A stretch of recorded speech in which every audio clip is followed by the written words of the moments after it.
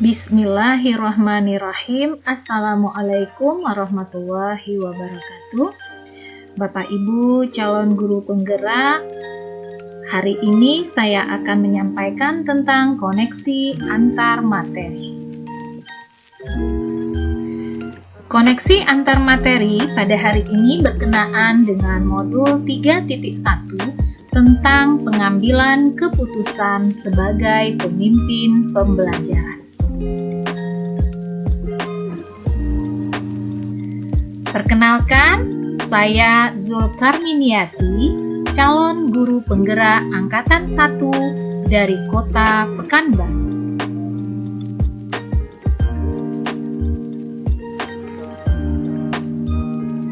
Pandangan Ki Hajar Dewantara dengan filosofi Pratap Triloka memiliki pengaruh terhadap bagaimana sebuah pengambilan keputusan yang diambil oleh seorang pemimpin pembelajaran.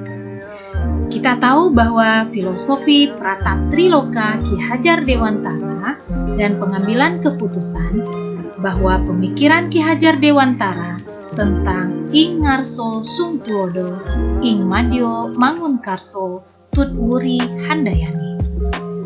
Bagi seorang pengambil keputusan bahwa guru akan berada di depan sebagai pemberi teladan. Kemudian, guru berada di tengah sebagai pemberi semangat dan guru berada di belakang sebagai pemberi dorongan. Nilai-nilai yang tertanam dalam diri kita akan memberikan pengaruh kepada prinsip yang kita ambil dalam pengambilan satu keputusan. Nilai dan prinsip diri akan memberikan pengaruh terhadap pengambilan sebuah keputusan. Keputusan yang diambil akan merefleksikan nilai yang dijunjung tinggi dan akan menjadi rujukan atau teladan bagi seluruh warga sekolah. Guru adalah teladan bagi murid untuk mewujudkan profil pelajar Pancasila. Oleh karena itu, hendaknya guru selalu menerapkan nilai dan prinsip ketika akan memberikan atau mengambil sebuah keputusan. Pada kegiatan terbimbing yang dilakukan pada materi pengambilan keputusan berkaitan dengan kegiatan coaching atau bimbingan yang diberikan oleh pendamping atau fasilitator dalam menjalankan proses pembelajaran, terutama dalam hal pengujian pengambilan keputusan yang telah dilakukan.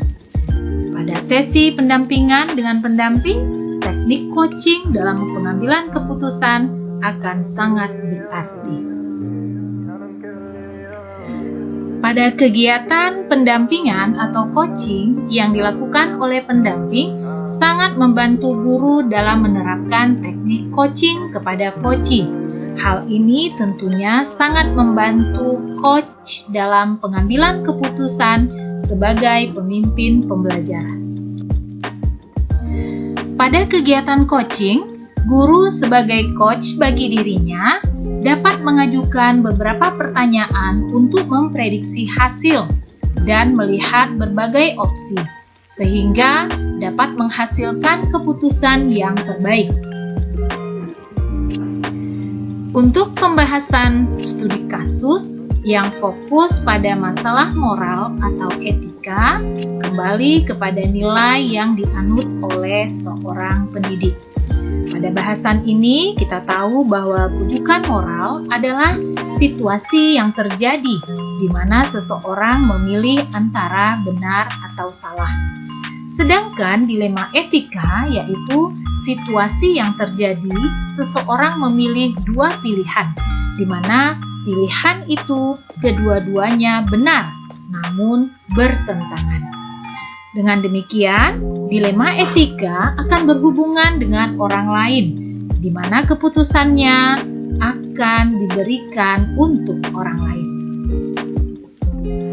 Pengambilan keputusan yang tepat tentunya akan berdampak pada terciptanya lingkungan yang positif, kondusif, aman, dan nyaman.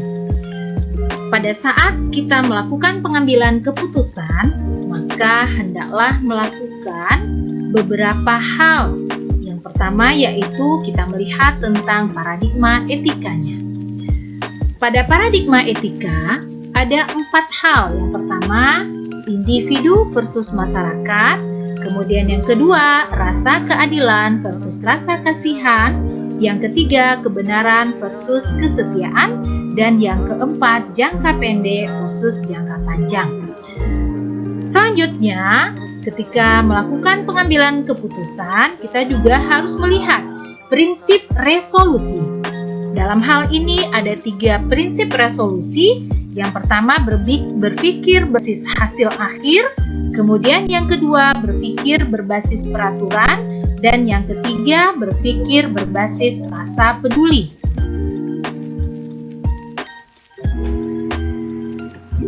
Sembilan langkah pengambilan keputusan yang tepat yang dapat kita lakukan sebelum mengambil sebuah keputusan. Yang pertama, mengenali bahwa ada nilai yang saling bertentangan. Kedua, menentukan siapa yang terlibat di dalam permasalahan tersebut. Ketiga, kumpulkan fakta yang relevan. Keempat, adakan pengujian benar salah. Kita dapat melakukan pengujian dengan menggunakan uji legal, uji regulasi, uji intuisi, uji halaman depan koran, dan uji panutan atau idola. Langkah yang kelima, kita dapat melakukan paradigma benar salah.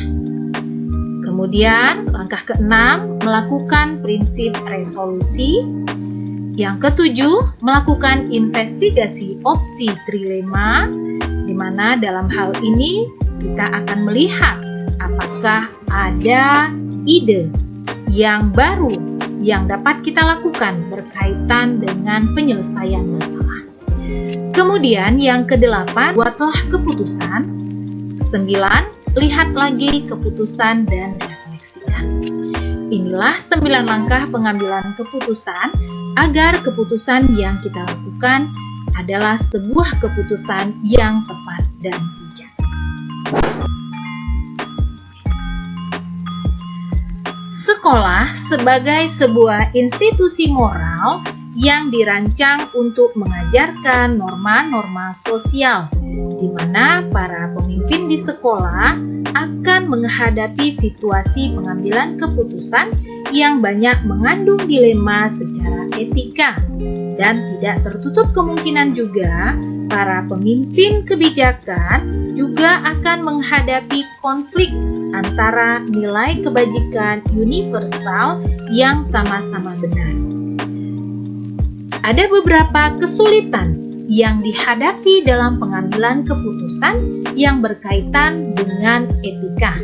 Antara lain, adanya perbedaan persepsi warga sekolah tentang pengambilan keputusan. Kedua, belum tersosialisasinya tahapan pengambilan keputusan bagi seluruh warga sekolah.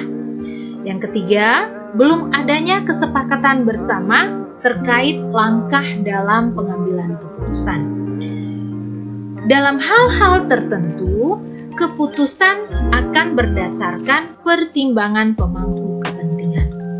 Inilah beberapa kesulitan yang dihadapi dalam pengambilan keputusan yang berhubungan dengan etika. Sebagai pemimpin pembelajaran, seorang guru meskipun menghadapi pengambilan keputusan yang sulit, namun guru harus tetap mengambil sebuah keputusan yang berpihak pada murid. Adapun beberapa hal pengambilan keputusan yang berpihak pada murid. Yang pertama, ambillah keputusan dengan tepat. Kedua, perhatikan kondisi murid. Yang ketiga, terima masukan dan empati yang diberikan oleh murid. Yang keempat, kondisi nyaman dan menyenangkan harus tetap diperhatikan. Kelima, tercipta budaya positif. Dan yang terakhir, akan menciptakan murid yang merdeka. Nah, ini adalah beberapa hal yang berkaitan dengan guru yang berpihak pada murid. Dengan demikian, keputusan yang diambil oleh guru sebagai pemimpin pembelajaran harus mampu memberikan teladan, sehingga keputusan itu dapat membangkitkan semangat murid dan mendorong murid menuju kemerdekaan, kesuksesan, dan kesejahteraan lahir dan batin.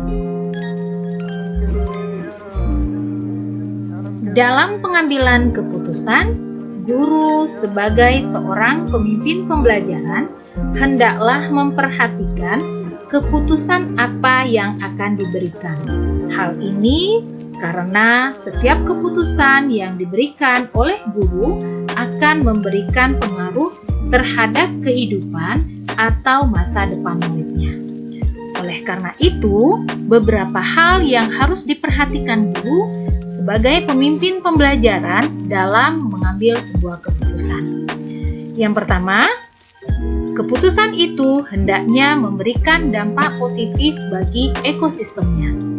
Yang kedua, keputusan itu mengarahkan potensi yang ada pada murid sesuai kodrat yang mereka miliki. Dalam hal ini, ada dua kodrat yang dimiliki oleh murid, yaitu kodrat alam dan kodrat zaman.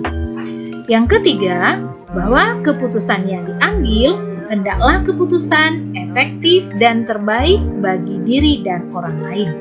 Yang keempat, keputusan dilakukan dengan kesadaran penuh, sadar dengan berbagai pilihan yang telah ditetapkan, dan sesuai dengan konsekuensi yang ada. Pada koneksi materi 3.1 kali ini, saya dapat mengambil beberapa kesimpulan bahwa transformasi pendidikan hendaklah dimulai dari diri. Keputusan yang tepat akan memberikan dampak positif bagi murid dan lingkungan sekolah. Keputusan yang diambil sekolah dapat merefleksikan nilai yang dijunjung oleh sekolah. Diperlukan keberanian dan percaya diri untuk menghadapi konsekuensi dan implikasi dari keputusan yang telah diambil. Karena sesungguhnya tidak ada keputusan yang sepenuhnya mengakomodasi keinginan pemangku kepentingan.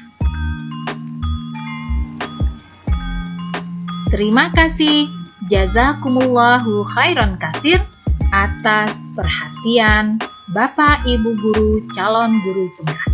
Merdeka belajar, guru penggerak.